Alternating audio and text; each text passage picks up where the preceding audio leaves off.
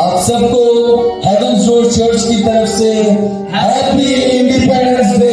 आप सबको आशीष करें। आज के इस खूबसूरत सुबह के समय में इस छोटे से ऑडियो के थ्रू हम आपके बीच में इस आजादी के दिन को मनाने के लिए आए हैं।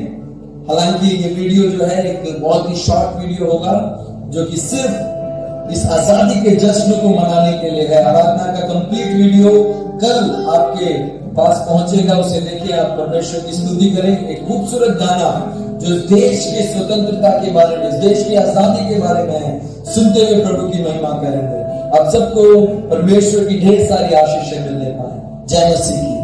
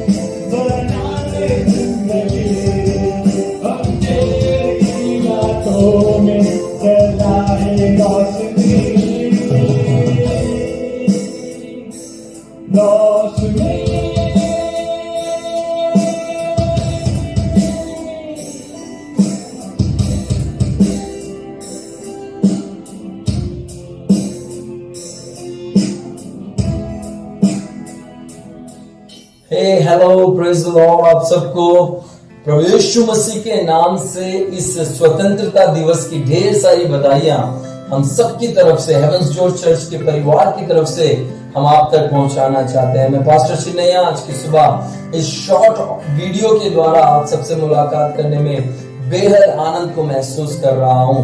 आज की सुबह इस वीडियो को आप तक पहुंचाने का केवल एक मकसद है, वो है कि हम सब मिलकर इस आजादी के आनंद को अपने जीवन में उठा पाए। मैं एक वचन आप लोगों के बीच में रखना चाहता हूं, गलातियों की पत्री उसका 5वें अध्याय पहला वचन और 13वां वचन में आपके लिए पढ़ता हूं। 2 वचन में आपके लिए पढ़ूंगा। पहला वचन में लिखा है, गलातियों उसके 5:1 में लिखा है, मसीह ने स्वतंत्रता के लिए हमें स्वतंत्र किया है, अतः इसी में स्थिर रहो और दासत्व के जुए में फिर से ना जीतो। और इसके 13वें वचन में लिखा हुआ है, हे भाइयों, तुम स्वतंत्र होने के लिए बुलाए गए हो, परंतु ऐसा ना हो कि यह स्वतंत्रता शारीरिक कामों के लिए अवसर बने, वरन प्रेम में एक दूसरे के दास बनो। हमें देखिए, यहाँ पर बहुत ही महत्वपूर्ण बातें जो स्वतंत्रता से जुड़ी हुई है वो आपके और मेरे बीच में रखी जा रही है। पहला वचन कहता है, मसीह ने स्वतंत्रता के लिए हमें स्वतंत्र किया है, आजादी का अनुभव करने के लिए हमें आजाद किया है। आज हम आजाद तो हैं, लेकिन हमारे जीवन में कई तरह की गुलामियों में हम अपने जीवन को देख पाते हैं। कई तरह की ऐसी चीजें हैं जिसमें हम बंधे हुए हैं, कई तरह की ऐसी लतें हैं, कई तरह की ऐसी आदतें हैं, कई तरह के ऐसे व्यवहार हैं और बहुत बातें हैं जिससे हमें उभरना है, जिससे हमें आजादी को प्राप्त करना है। परमेश्वर का वचन कहता है कि परमेश्वर प्रभु यीशु मसीह ने आपको स्वतंत्रता के लिए स्वतंत्र किया है। इसीलिए क्या करना है, अतः इसी में स्थिर रहो, उस स्वतंत्रता में स्थिर रहो, उस स्वतंत्रता में स्थिर रहते हुए और दासत्व के जुए में फिर से ना जुड़ो। आपको और मुझे चाहिए कि हम फिर से दासत्वता में ना जाएं या फिर उस गुलामी में ना जाएं। आपको और मुझे चाहिए कि हम वापस उस गुलामी में ना जाएं। जुआ जो होता है, यहाँ पर जिस शब्द का इस्तेमाल किया गया है, गाय बैलों को जो उनके गले में जो जुआ फंसाकर उनसे मजदूरी कराया जाता है, उसको जुआ कहा जाता है। वो एक गुलामी की पहचान है। मनुष्यों के साथ भी ऐसा किया जाता था कि उनको जब गुलामी की अवस्था में रखा जाता था, उनके गले में एक ऐसे इस तरीके से एक जुआ रखा जाता था और उनको अपना गुलाम दिखाया जाता था। मेरे प्रिय लोगों, जितने लोग आज इस वीडियो को देख रहे हैं, आप तक मैं ये संदेश पहुंचाना चाहता हूं कि आप आजाद हैं। आमीन। आप जो आधिकारिक तौर पर भी आजाद हैं और आप आत्मिक तौर पर भी आजाद हैं। और 15 अगस्त 1947 को हमारे देश ने इस आजादी को अपने जीवन में प्राप्त किया और हम सब अपने जीवन में आजाद हो गए। इसलिए आपको और मुझे चाहिए कि हम अपनी उस आजादी का अच्छा अनुभव लेते हुए अपने जीवन को बिता सकें। आमीन। मैं वापस 13वें वचन की तरफ जाना चाहूंगा, वहां से कुछ बातों को बताते हुए हम प्रार्थना करेंगे और आगे बढ़ेंगे। लिखा हुआ है, हे भाइयों, तुम स्वतंत्र होने के लिए बुलाए गए हो। तुम्हारी बुलाहट, तुम्हारा जीवन जो है वो गुलामी का नहीं, वरन स्वतंत्रता के लिए तुम बुलाए गए हो। मेरे प्रिय लोगों, आज जब आप इस वीडियो को देख रहे हैं, मैं आपको उत्तेजित करना चाहता हूं, किसी भी तरह की गुलामी में अगर आप अपने आप को देख रहे हैं, अगर आप भारत के एक नागरिक होते हुए किसी भी तरह के दबाव को, गुलामी को अपने ऊपर देख रहे हैं, तो आप कानून की मदद लीजिए। अगर आत्मा में आप किसी भी तरह के गुलामी को महसूस कर रहे हैं, तो आप प्रभु यीशु मसीह की मदद लीजिए, क्योंकि वो आपके सारे बोझों को आपके जीवन से दूर करते हुए आपको आजाद करने की ताकत रखता है। आमीन, हालेलुया। यस, उससे प्रार्थना कीजिए, वो चाहे कैसी भी गुलामी क्यों ना हो। ऐसा परिश्रम करने वालों और बोझ से दबे हुए लोगों, मेरे पास आओ, मैं तुम्हें विश्राम दूंगा। ये परमेश्वर का एक खूबसूरत वचन है। बोझ की गुलामी अगर आपके जीवन में है, खर्च की गुलामी, बीमारी की गुलामी, वो पारिवारिक खलेश, कैसे भी बंधनों में आप क्यों ना हो, अगर आप यीशु को ढूंढ कर आते हैं, वचन बताता है प्रभु यीशु मसीह आपको आजाद करेगा। तुम सत्य को जानोगे और सत्य तुम्हें स्वतंत्र कर देगा। यह प्रभु का वचन में लिखा हुआ है। और यहाँ पर जो हमने 13वें वचन में पढ़ा लिखा है, तुम स्वतंत्र होने के लिए बुलाए गए हो। तुम्हारी बुलाहट गुलामी की नहीं है। You are called for freedom.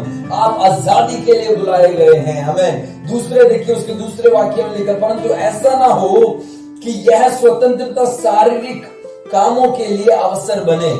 बहुत सारे लोग अपने इस आजादी को अपने शारीरिक कामों का अवसर बना लेते हैं, यानी दूसरों के ऊपर राज करने के लिए या अपनी मनमर्जी करने के लिए इस आजादी का इस्तेमाल करते हैं।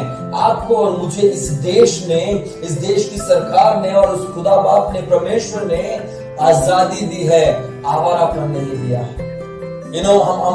हम जब आजाद होते हैं, हम डिसिप्लिन में रहते हैं, हम अपने शरीर के अनुसार अपने जो हम चाहते हैं वो हम करने लग जाएं, तो ये फिर एक तरीके से आजादी नहीं बल्कि गुलामी से भी खतरनाक एक जीवन शैली बन जाएगी। एक घटना मुझे याद आती है, एक माँ और बेटी आपस में वाद विवाद में थे, लड़ रहे थे। टीनेजर्स जब जवान बच्चे बड़े होते हैं तो कई तरह के बातचीत अपने मम्मी पापा के साथ करते। तो एक बार जो है एक जवान लड़की जो अभी 17 साल की थी, 18 उम्र में लगने वाली थी, वो किसी बात से अपनी मम्मी से लड़ रही थी। तो उसकी मम्मी झगड़ती रही और अचानक से उसकी मम्मी ने बोला, होने दे, तेरी उम्र 18 की, मैं तेरी शादी करा दूंगी और तुझे यहां से भगा दूंगी। वो बोलने लगी, वैसे ही उस लड़की ने भी जवाब दिया, होने दो मुझे 18 साल की, मैं भी दिखा दूंगी मेरी क्या मेरे क्या अधिकार है, मेरे क्या राइट्स हैं, मैं आपको ऐसा करने नहीं दूंगी, मैं भी अपनी मनमर्जी से कुछ कर लूंगी। देखिए, आजादी का ये माँ भी गलत इस्तेमाल कर रही है और इसी आजादी का ये बेटी भी गलत इस्तेमाल कर रही है। मेरे प्रिय लोगों, आजादी आपके खेलने का विषय नहीं है, आजादी आपकी जिंदगी को और बेकार तरीके से इस्तेमाल करने के लिए नहीं है, लेकिन आजादी आपको दिया गया है, मुझे दिया गया है, ताकि हम अपने जीवन को और बेहतरता से जी सकें। इससे पहले कि 15 अगस्त 1947 से पहले हमारे ऊपर अंग्रेजों का राज था और उन अंग्रेजों ने अपने नीति नियम हमारे ऊपर रखे थे, जिसमें हमें दबावित किया जाता था कि हम उनके कानूनों का पालन करें। लेकिन जब हम आजाद हो गए, 15 अगस्त 1947 को हमें आजादी मिली, 26 जनवरी 1950 को हमारे भारत ने अपने खुद के संविधान बनाए। इसका क्या मतलब है कि हमारे खुद के नियम, हम अपने आप को अपने नियमों के अधीन करते हैं ताकि हम अपने देश में आजादी के साथ रह सकें। हमें परमेश्वर के प्रिय लोगों, यह आजादी आपके जीवन को और बिगाड़ने के लिए नहीं, बल्कि आपको एक सही जीवन शैली प्रदान करने के लिए आपको और मुझे दिया गया है। अंतिम वाक्य पढ़ते हुए, अंतिम लाइन पढ़ते हुए हम समाप्त करेंगे। लिखा हुआ है, वरन प्रेम में एक दूसरे के दास बनो, वरन प्रेम में एक दूसरे के दास बनो, एक दूसरे के साथ मिलकर रहो, एक दूसरे के साथ। ये स्वतंत्रता आपको और मुझे दी गई है ताकि हम इस स्वतंत्रता में एक दूसरे के साथ मिलकर अपने जीवन को बिता सके, एक दूसरे के साथ एक होकर हम अपने जीवन को इस भारत को एक बेहतरीन भारत बना सके। मेरे प्रिय लोगों, यहाँ पर लिखा हुआ है, सर्व वन अनदर विथ लव, एक दूसरे की सेवा करें प्रेम के साथ। मेरे प्रिय लोगों, ये भारत देश एक बहुत सारे ये एक इनक्रेडिबल इंडिया कहलाता है। यहाँ पर इतने सारी भाषाएं, इतने सारे जात पात, धर्म और वेशभूषाएं, खान पान, ये एकमात्र ऐसा देश है जहां पर इतनी सारी भिन्नताओं में भी एकता पाई जाती है। हमें इस बात का गर्व होना चाहिए। हमें इसको नेगेटिव नहीं लेना है, बल्कि हमें इसको सकारात्मक तौर से अपने जीवन में लेना है। और वचन बताता है, वरन क्या करो, आपस में एक दूसरे के साथ प्रेम में एक दूसरे के दास बन जाओ, यानी एक दूसरे के सेवा करने वाले आप लोग बन जाओ। परमेश्वर इस वचन के द्वारा आपको और मुझे आशीष करें और आपको और मुझे इस आजादी के दिन में आशीष देने का।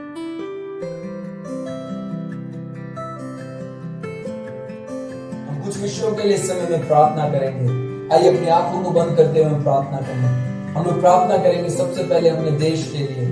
हम प्रार्थना करेंगे अपने देश के विकास के लिए, अपने देश के नेताओं के लिए और सारे पॉलिटिशियंस के लिए, सारे जवानों के लिए। जवान यानी वो लोग जो मिलिट्री और फौज में हैं और जो लोग पुलिस में हैं और सारे मेडिकल में काम करने वाले सारे डॉक्टर, नर्सेस, कंपाउंडर, सबके लिए हम प्रार्थना करेंगे ताकि हमारा देश एक बेहतर देश हो सके, विकास की तरफ आगे बढ़ सके। हम सारे टीचर्स के लिए प्रार्थना करेंगे और भी जितने बिजनेसमैन हैं अपने देश में काम करने वाले, हम सब के लिए हम प्रार्थना करेंगे। आइए अपनी आंखों को बंद करते हुए हम प्रार्थना करें। हमारे जिंदा आसमानी खुदा, प्रभु यीशु मसीह मैं प्रार्थना करता हूं परमेश्वर सबसे पहले अपने देश के सारे नेताओं के लिए प्रभु परमेश्वर जितने भी ऑपोजिट पार्टी में है, जितने भी प्रभु रूलिंग पार्टी में, सबको तू ब्लेस कर परमेश्वर। प्रभु आपका वचन कहता है कि परमेश्वर अधिकारियों को आपने नियुक्त किया है खुदा। हम प्रार्थना करते हैं खुदा उन नियुक्तियों को वो समझने पाए और उनके जीवनों के द्वारा हर एक परमेश्वर और राज्य का हर एक परमेश्वर हालेलुया ओ प्रभु एक एक देश के एक एक कोने में प्रभु बेहतरताओं को हम देख सके मेरे प्यारे राजा, और हमारे पूरा देश एक सुंदर देश के तौर पर, एक विकसित देश के तौर पर उभरने पाए मेरे प्यारे परमेश्वर। मैं प्रार्थना करता हूँ प्रभु सारे मिलिट्री में जितने भी फौजी लोग हैं और जितने भी परमेश्वर पुलिस कर्मचारी हैं सबको तू ब्लेस कर मेरे प्यारे राजा। ओ प्रभु ये जवान लोग हमारे देशों के प्रभु देश को सुरक्षित रखने में, देश को संभालने में, अपने घर परिवारों को छोड़ प्रभु 24/7 कार्य में रहकर प्रभु हमारे देश के विकास के लिए कार्य करते हैं। उन्हें आप ब्लेस करिए मेरे प्यारे राजा, ताकि उनके जीवनों के द्वारा हमारा देश हमेशा सुरक्षित रहने पाए प्रभु। जैसे वो हमारे देश के लाभ के लिए कार्य करते हैं, उनके जीवनों में भी लगातार आशीषें बनी रहे मेरे प्यारे राजा। उनकी पत्नी, उनके बच्चे, उनके परिवार परमेश्वर हमेशा सुरक्षित रहने पाए मेरे प्यारे खुदावन। प्रभु परमेश्वर मैं प्रार्थना करता हूँ साथ ही साथ प्रभु सारे डॉक्टर्स के लिए, सारे नर्सेस के लिए, कमांडर्स के लिए, मेडिकल लाइन में काम करने वाले प्रभु एक एक परमेश्वर व्यक्ति को के लिए प्रभु, वो जितने लैब में काम करते हैं परमेश्वर सबको ब्लेस कर प्रभु। हर एक जो लोग रिसर्च में है प्रभु उन सबको ब्लेस कर प्रभु, ताकि ये कार्य हमारे देश के लिए प्रभु हमेशा बना रहे। बीमारी की अवस्थाओं को हमारे देश के प्रभु जड़ से प्रभु उखाड़ कर दूर करने वाले लोग बनने पाए प्रभु। इन सबको आप आशीष करिए, इनके परिवारों को आप आशीष करिए प्रभु। हालेलुया प्रभु। मैं साथ ही साथ दुआ करता हूं मेरे प्यारे राजा सारे टीचर्स के लिए, सारे स्कूल्स के लिए, सारे एडमिनिस्ट्रेशंस के लिए खुदावन जो शिक्षा का काम करते हैं। हमारे देश को बेहतर शिक्षा की हमेशा से आवश्यकता है परमेश्वर। हमारे देश को प्रभु अपनी ओर से आशीष करिए खुदा, ताकि हमारा देश हमेशा आशीषों में आगे बढ़ने पाए मेरे प्यारे राजा। हर एक बच्चा, हर एक जवान प्रभु बेहतर शिक्षा के साथ अपने जीवन को आगे बढ़ाने पाए प्रभु। मैं साथ ही साथ प्रार्थना करता हूं मेरे प्यारे राजा परमेश्वर इस वीडियो को देखने वाले हर एक परमेश्वर व्यक्ति के जीवन में आपकी विशेष आशीषों को हम देखने पाए। हम प्रार्थना करते हैं प्रभु उन सबको तो आशीष कर मेरे प्यारे राजा। प्रभु उन सबके परिवारों में तेरी आशीष होने पाए खुदावन। हम सबके जीवन में यदि किसी भी तरह की गुलामी में आज के दिन में हम हैं, हमें परमेश्वर उन गुलामियों से बाहर निकलने के रास्ते बताइए और हमें आजादी का अनुभव दीजिए। सारा आदर महिमा सम्मान आपको देते हुए ये प्रार्थना आपके पुत्र हमारे उद्धार करता प्रभु यीशु के नाम से मांगता हूँ, आमीन आमीन आमीन। इस आजादी के शुभ अवसर पर हेवंस डोर चर्च की तरफ से एक और बार आपको और आपके परिवार को स्वतंत्र दिवस की ढेर सारी बधाइयां। जय मसीह।